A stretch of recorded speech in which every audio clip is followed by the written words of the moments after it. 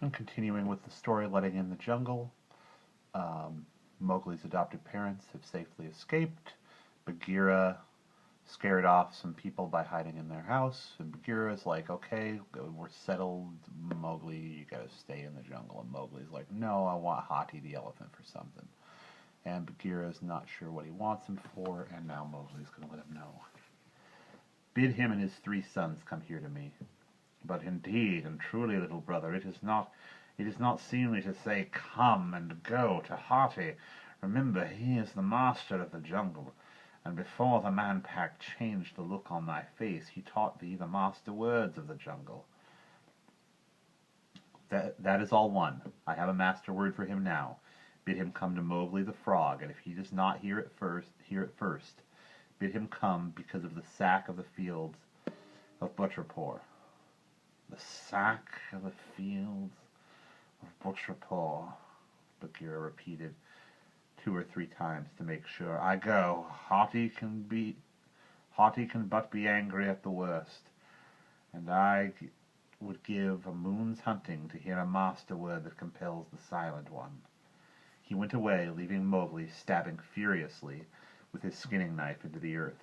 Mowgli had never seen human blood in his life before till he had seen, and what meant much more to him, smelled Messua's blood on the thongs that bound her, and Messua had been kind to him, and so far as he knew anything about love, he loved Messua as completely as he hated the rest of mankind, but deeply as he loathed them, their talk, their cruelty, and their cowardice. Not for anything the jungle had to offer could he bring himself to take a human life and have that terrible scent of blood back again in his nostrils. His plan was simpler, but much more thorough, and he laughed to himself when he thought that it was one of old Buldeo's tales told under the peepul tree in the evening that had put the idea in his head. It was a master word, Bagheera whispered in his ear. They are feeding by the river, and they obeyed as though they were bullocks. Look, here they come. Look where they come now. Hati and his 3 sons had arrived in their usual way, without a sound. The mud of the river was still fresh on their flanks, and Hati was thoughtfully chewing the green stem of a young plantain tree that he had gouged with his tusks. But every line in his vast body showed to Bagheera, who could see things when he came across them, that it was not the master of the jungle speaking to a man-cub, but it was one who was afraid, coming before one who was not. His 3 sons rolled side by side behind their father. Mowgli hardly lifted his head as Hati gave him good hunting. He kept him swinging and rocking and shifting from one foot to another for a long time before he spoke, and when he opened his mouth it was to Bagheera, not to the elephants. I will tell a tale that was told to me by the hunter ye hunted yesterday, said Mowgli. It concerns an elephant old and wise who fell into a trap, and the sharpened stake in the pit scarred him from a little above his heel to the crest of his shoulder, leaving a white mark. Mowgli threw out his hand as Hati wheeled the moonlight, showed a long white scar on his slanty side, as though he had been struck with a red-hot whip. Men came to take him from the trap, Mowgli continued, but he broke his ropes, for he was strong, and went away till his wound was healed. Then came he, angry by night, to the fields of those hunters, and I remember now that he had 3 sons. These things happened many, many rains ago, and very far away among the fields of Butcherpore. What came to those fields at the next reaping, Hati? They were reaped by me and by my 3 sons, said Hati. And to the ploughing that followed the reaping, said Mowgli. There was no ploughing, said Hati. And to the men that live by the green crops on the ground, said Mowgli, they went away. And to the huts in which the men slept, said Mowgli, we tore the roofs to pieces, and the jungle swallowed up the walls, said Hati. And what more, said Mowgli? As much good ground as I can walk over in 2 nights from the east to the west and from the north to the south, as much as I can walk over in 3 nights the jungle took. We let in the jungle upon 5 villages, and in those villages and in their lands the grazing ground and the soft crop ground There is not one man today who takes his food from the ground.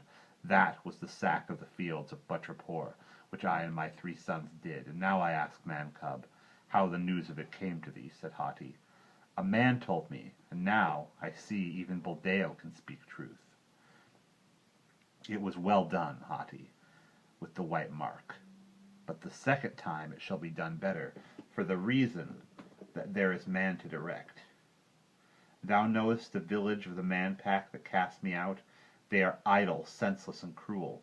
They play with their mouths, and they do not kill the weaker for food, but for sport. When they are full fed, they would throw their own breed into the red flour. This I have seen. It is not well that they should live here any more. I hate them. Kill then, said the youngest of Hati's 3 sons, picking up a tuft of grass, dusting it against his forelegs and throwing it away, while his little red eyes glanced furiously from side to side. What good are white bones to me? Mowgli answered angrily. Am I the cub of a wolf to play in the sun with a raw head? I have killed Shere Khan, and his hide rots on the Council Rock, but I do not know whether Shere Khan is gone, and my stomach is still empty. Now I will take that which I can see and touch, let in the jungle upon that village, Hati. Bagheera shivered and cowered down. He could understand if the worst came to worst. A quick rush down the village street, and a right and left blow into the crowd, or a crafty killing of men as they plowed in the twilight. But this scheme for deliberately blotting out an entire village from the eyes of man and beast frightened him. Now he saw why Mowgli had sent for Hati. No one but the long-lived elephant could plan and carry through such a war. Let them run as men ran from the fields of Butcherpoor, till we have the rain-water for the only plough, and the noise of the rain on the thick leaves for the pattering of their spindles, till Bagheera and I lair in the house of the Brahmin, and the buck drink at the tank behind the temple. Let in the jungle, Hati. But we have no quarrel with them, and needs a red rage of great pain ere we tear down the places where men sleep, said Hati doubtfully. Are ye the only eaters of grass in the jungle? Drive in your peoples. Let the deer and the pig and the Nilgai look at it. Ye need never show a hand's breadth of hide till the fields are naked. Let in the jungle, Hati. There will be no killing. My tusks were red at the sack of the fields of Butcherpoor, and I would not wake that smell again. Nor I. I do not wish their bones to lie on clean earth. Let them go and find a fresh lair. They cannot stay here. I have seen and smelled the blood of the woman that gave me food, the woman who they would have killed but for me. Only the smell of the new grass on their doorsteps can take away that smell. It burns in my mouth. Let in the jungle, Hati. Ah, said Hati. So did the scar of the stake burn on my hide, till we watched the villagers die under the spring growth. Now I see. Thy war shall be our war. We will let in the jungle. Mowgli had hardly time to catch his breath. He was shaking all over with rage and hate. Before the place where the elephants had stood was empty, and Bagheera was looking at him with terror. By the broken lock that freed me, said the Black Panther at last. Art thou the naked thing I spoke for in the pack when all was young? Master of the jungle, when my strength goes, speak for me, speak for the Baloo, speak for all of us.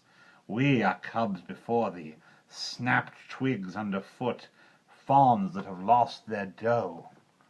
The idea of Bagheera being a stray fawn upset Mowgli altogether, and he laughed and caught his breath, and sobbed and laughed again till he had to jump into a pool to make himself stop. Then he swam round and round, ducking in and out of the bars of moonlight like the frog, his namesake. By this time Hati and his 3 sons had turned, each to one point of the compass, and were striding silently down the valleys a mile away. They went on for 2 days' march, that is to say, a long 60 miles through the jungle, and every step they took and every wave of their trunks was known and noted and talked over by Mang and Chill and the monkey people and all the birds. Then they began to feed and fed quietly for a week or so. Hati and his sons are like Ka, the rock python. They never hurry till they have to.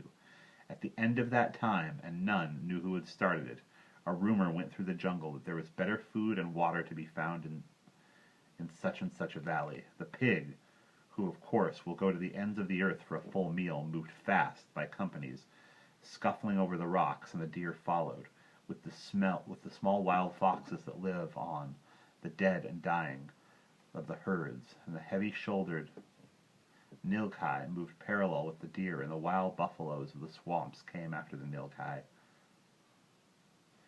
The least little thing would have turned the scattered struggling droves that grazed, then sauntered and drank and grazed again.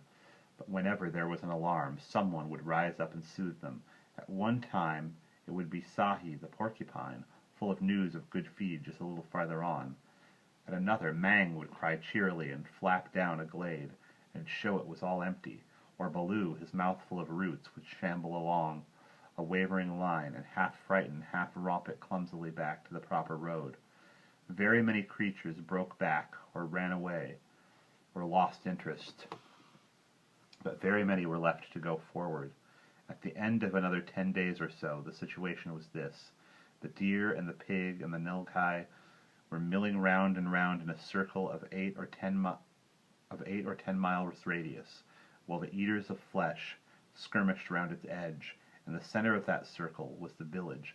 Round and round the village the crops were ripening, and in the crops sat men on what they call machens, platforms like pigeon perches, made of sticks at the top of 4 poles to scare away birds and other stealers. Then the deer were coaxed no more. The eaters of flesh were close behind them and forced them forward and inward. It was dark. It was a dark night when Hati and his 3 sons slipped down from the jungle and broke off the poles of the machans with their trunks. They fell as a snapped stalk of hemlock in bloom falls, and the men that tumbled from them heard the deep gurgling of the elephants in their ears. Then the vagabond of bewildered armies of the deep broke down and flooded into the village grazing ground and plowed fields, and the sharp-hoofed rooting wild pig came with them. And what the deer left, the pig spoiled, and from time to time an alarm of wolves would shake the herds, and they would rush to and fro desperately, treading down the young barley and cutting flat the banks of the irrigating channels. Before the dawn broke, the pressure on the outside of the circle gave way at one point. The eaters of flesh had fallen back and left an open path to the south, and drove upon drove of buck fled along it. Others, who were bolder, lay up in the thickets to finish their meal next night. But the work was practically done. When the villagers looked in the morning, they saw their crops were lost, and that meant death if they did not get away, for they lived year in and year out as near to starvation as the jungle was near to them. When the buffaloes were sent to graze, the hungry brutes found them. The deer had cleared the grazing ground, and so wandered into the jungle and drifted off with their wild mates. And when twilight fell, the 3 or 4 ponies that belonged to the village lay in their stables with their heads beaten in. Only Bagheera could have given those strokes, and only Bagheera would have thought of insolently dragging the last carcass to the open street. And that is where we will pause.